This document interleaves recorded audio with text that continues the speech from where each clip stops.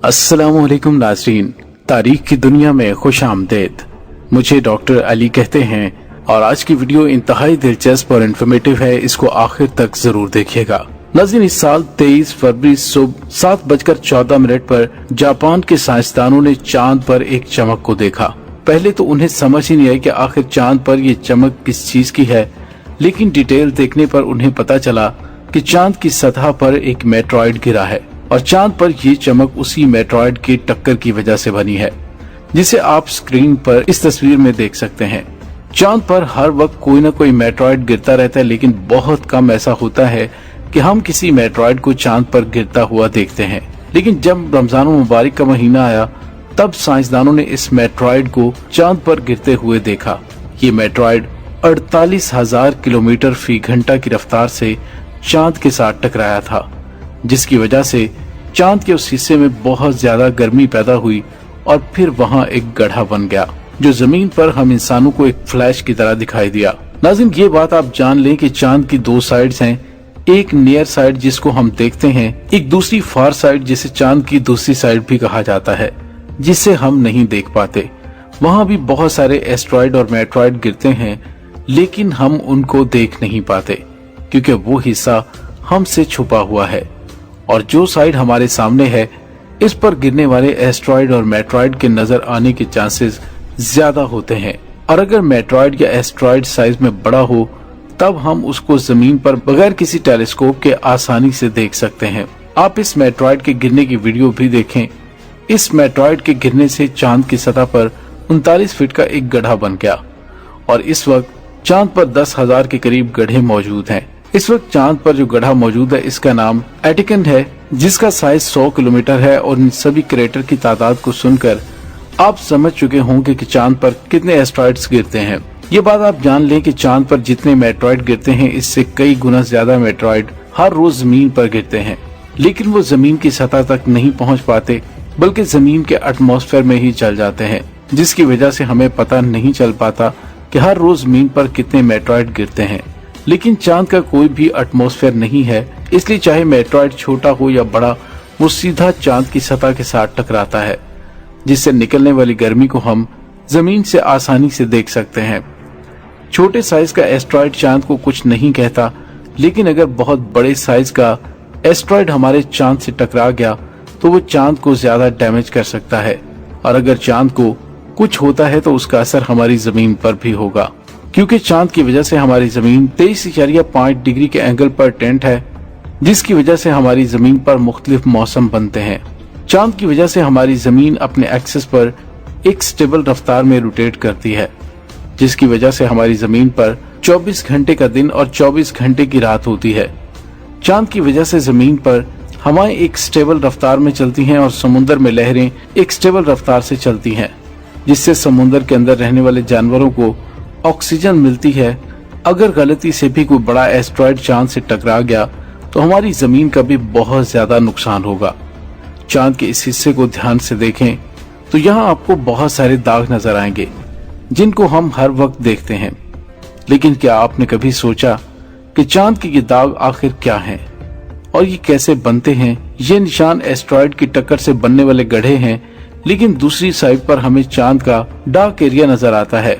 यहाँ कोई भी निशान मौजूद नहीं है, तो आखिर ये क्या है? नाज़रीन, इसको लोनर मारिया कहा जाता है, यानी एक समुंदर। हजारों साल पहले लोग समझते थे कि ये एक समुंदर है, जिसकी वजह से उन्होंने इसका नाम लोनर मारिया रखा।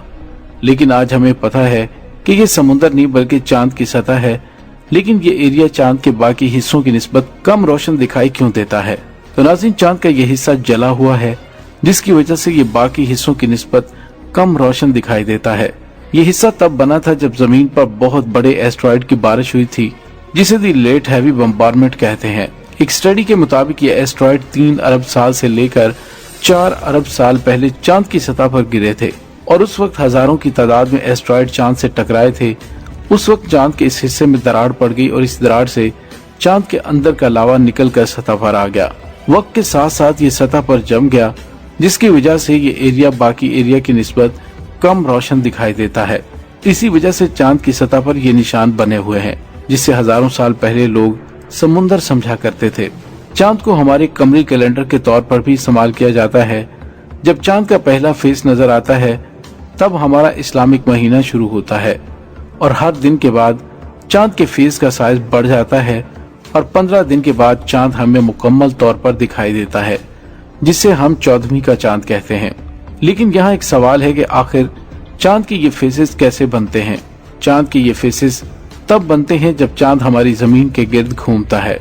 चांद जमीन के गिर्द अपना एक चक्कर 29 दिन 12 घंटे और 45 मिनट में कंप्लीट करता है।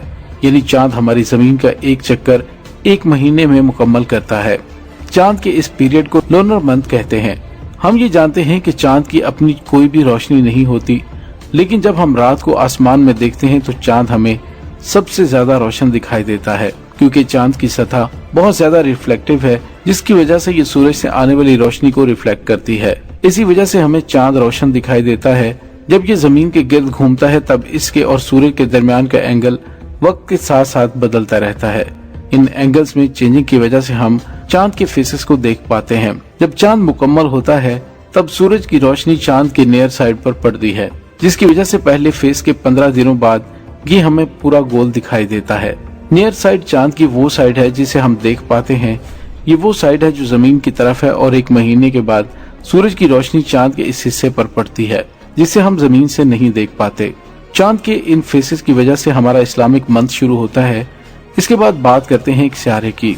साइंसदानों ने कुछ दिन पहले एक ऐसा सियारा तलाश किया है जिस पर पानी का बहुत बड़ा समुद्र मौजूद है।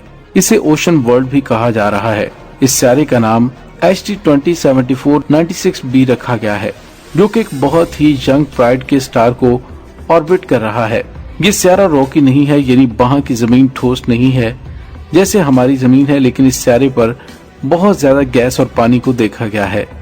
यानी इस पूरे सियारे पर सिर्फ और सिर्फ पानी मौजूद है।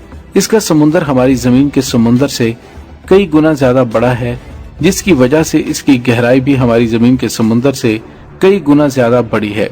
अगर देखा जाए तो हम जमीन के समुंदर को आज तक अच्छी तरह स्टडी नहीं कर पाए और उसमें ऐसे ऐसे जानदार रहते हैं जिनके बारे में हमें आज तक नहीं पता।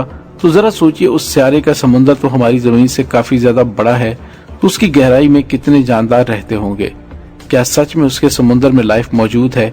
अभी इसके बारे में कुछ भी नहीं कहा जा सकता, क्योंकि हम सिर्फ एक सियारे के एटमॉस्फेयर को स्टडी कर सकते हैं, जिससे हमें पता चल जाता है कि वहाँ पानी है या नहीं, लेकिन हम उसके अंदर नहीं देख सकते, इसलिए हमें पहले नहीं पता कि वहाँ पे लाइफ है या नहीं। वैसे आपका इस बारे में क्या ख्याल है? कमेंट सेक्शन में अपने ख्यालात का इजहार जरूर कीजिएगा। इसके साथ ही डॉक्टर अली को इजाजत दीजिए। बहुत जल्द मिलते हैं एक नई वीडियो में। तब तक के लिए अपना बहुत सारा ख्याल रखिएगा। अल्लाह वारिस।